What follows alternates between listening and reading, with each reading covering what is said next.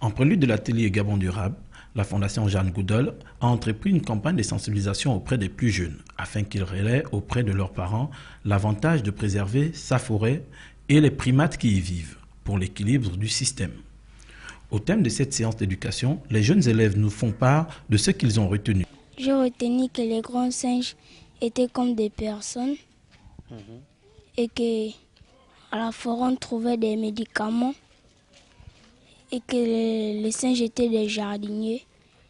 Ils mettaient des graines dans du sable pour que ces plantes poussent. J'ai retenu que les singes qui ont des mains, on les appelle les primates. Et j'ai retenu que si les braconniers tuent les grands singes, nous n'allons plus avoir des médicaments et nous n'allons plus avoir de l'oxygène. Parce que c'est les grands singes qui font pousser des arbres dans la forêt et les arbres nous produisent de l'oxygène.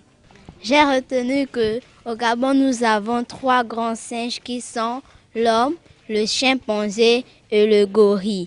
J'ai retenu que les grands singes ont un coccyx et si tous les braconniers leur tuent, la forêt va disparaître.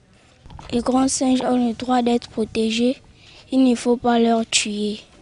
Très assidus face aux explications des éducateurs, ces jeunes prouvent qu'ils ont bien assimilé les consignes données. À la grande satisfaction des membres de la Fondation Jeanne Goodall, qui n'ont pas manqué de présenter leur structure et ses objectifs au Gabon. Nous sommes l'Institut Jeanne Goodall, qui est une ONG en fait, de protection de l'environnement, et notamment des chimpanzés. Jeanne Goodall est une femme qui a étudié les chimpanzés pendant maintenant, ça va faire 50 ans, plus de 50 ans qu'elle met des études auprès des chimpanzés.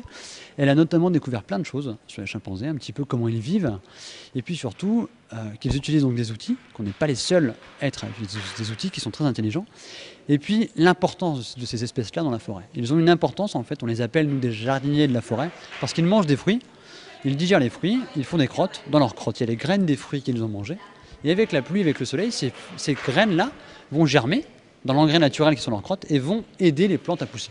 Pas tous les arbres, mais beaucoup d'arbres en fait poussent grâce à des espèces spécifiques de la forêt.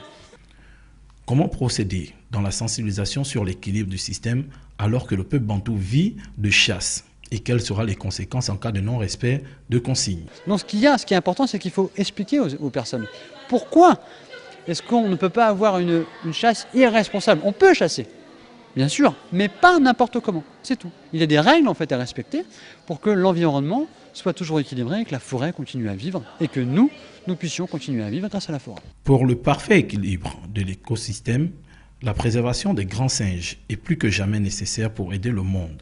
C'est dans cette optique que l'Organisation de protection de la biodiversité d'aide au développement durable et d'éducation des plus jeunes, par la Fondation Jeanne Goodall, veille au grain et répand par le canal des tout-petits le message qui sauvera sans l'ombre d'un doute le monde.